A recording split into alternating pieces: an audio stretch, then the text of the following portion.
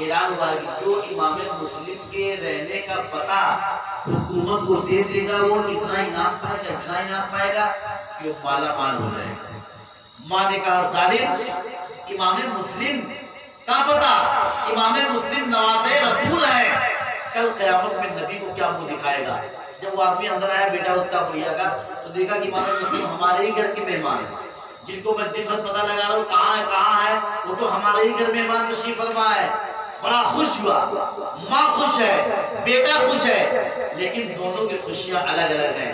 ماں اس لیے خوش ہے کہ میرے گھر میں نواز رسول کی آمد ہو رہی ہے، اور بیٹا اس لیے خوش ہے کہ ابھی جلدی موقع پا کر کے میں خبر حکومت کو دے دوں گا، ابن زیاد کو دے دوں گا تو مجھے انعام و اکرام ملے گا۔ آخرکار رات کے پچھلے پہر وہ آدمی گیا اور جا کر کے حکومت کو خبردار کر دیا، اور صبح ہوتے امام مسلم نماز فرض پڑھ کر کے اس ذکر و اذکار کرے، اتنے میں ایک فوجیوں کا دستہ گھوڑوں کے ٹانگوں کی آواز آئی پڑی۔ امام مسلم نے اس بوڑھی سے کہا کہ بھائی صاحبہ معلوم پڑتا ہے کہ گھوڑوں کی ٹانگوں کی آواز کہاں سے آ رہی ہے؟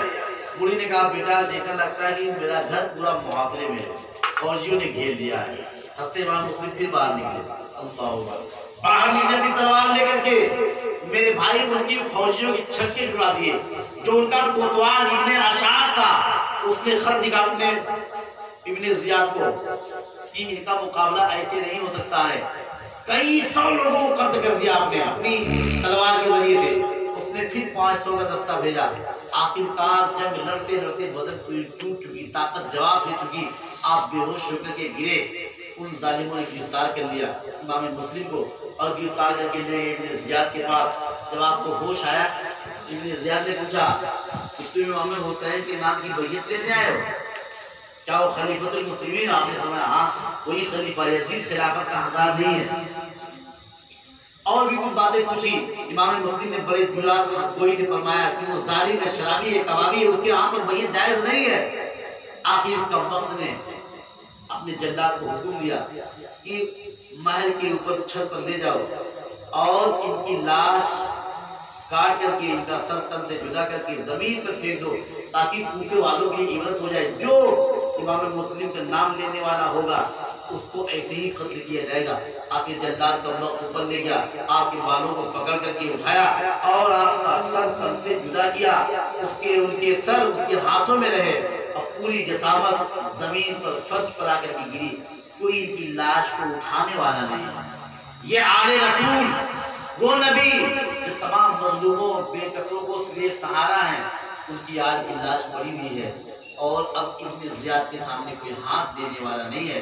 اس نے فوراً دوسرا اعلان کیا۔ اس طریقے سے کربلا کے مجاہدین میں حضرت امام مسلم رضی اللہ تعالیٰ عنہ کی ایک شہادت ہوئی، انا للہ و انا الیہ راجعون۔ حضرات اب حکومت کا اعلان ہوا کہ امام مسلم کے ساتھ دو چھوٹے بچے آئے تھے، وہ کہاں ہیں؟ ان کو بھی گرفتار کر کے جو لائے گا وہ منہ مانگا انعام پائے۔ میرے بھائی امام حسین رضی اللہ تعالیٰ عنہ کا مدینہ شریف سے مکہ شریف آنا، مکہ سے مکہ شریف میں ہے امام حسین، اور وہاں سے امام مسلم کا کوفہ آنا، امام مسلم کی شہادت آپ نے استعمال فرمائی۔ پھر انشاءاللہ کل 9 محرم الحرام ہے۔ اب اس کے آگے کے واقعات، ان دونوں بچے جو امام مسلم کے دونوں بچے دونوں شہزادے، ان کی شہادتیں، امام حسین کا مکہ المکرمہ سے کربلا کے میدان تک پہنچنا، آپ کی لوگوں کی شہادتیں، اور کربلا کے بعد پھر آپ کی لٹے پٹے قافلے کا کوفہ جانا، دمشق جانا وغیرہ واقعات انشاءاللہ آپ حضرات سنیں گے۔ امام علی مقام کی نورانی محفل ہے۔ اس محفل میں حاضر ہونے کا مطلب ہم اپنی غلامی کا ثبوت دے رہے ہیں۔ میرے آقا حسین جنتی جوانوں کے سردار ہیں، اور جب میرے آقا جنتی جوانوں کے سردار ہیں تو ہم غلام بھی انشاءاللہ اپنے آقا کے پیچھے پیچھے ہوں گے۔ اس حساب سے اپنے آقا کے پیچھے پیچھے ہم آپ بھی انشاءاللہ جنت میں داخل ہوں گے۔ اللہ تبارک و تعالی ہمیں آپ سب لوگوں کو نقش قدم حسین پہ چلنے کی توفیق عنایت فرمائے۔ آپ اپنے ذہن کی جھلکوں کی واقعات محفوظ رکھیں، اور کل مابقیہ واقعات سن کر کے آپ اپنے ذہن میں کربلا کے خلاصہ واقعات مختصر طور پہ، تاکہ آپ کے ذہن نشین ہو جائے کہ کربلا کے حالات کیسے کیسے پیش آئے۔ اللہ تعالیٰ ہم سب لوگوں کے امام حسین کے صدقے میں سارے بلاؤں مصیبتوں پریشانیوں سے نجات عنایت فرمائے۔ اس وقت کی سب سے بڑی وبا یہ مہاماری جو کورونا وائرس کی شکل میں اللہ تعالیٰ صدقے نواز رسول اس کو دور فرمائے، پوری دنیا کو اس سے نجات عنایت فرمائے۔ ہم سب لوگوں کو عزت و عزت کی زندگی ہے فرمائے واخر دعوانا الحمدللہ رب العالمین وعلینا الا البلاغ عقیدت و محبت سے پڑھ جائیے.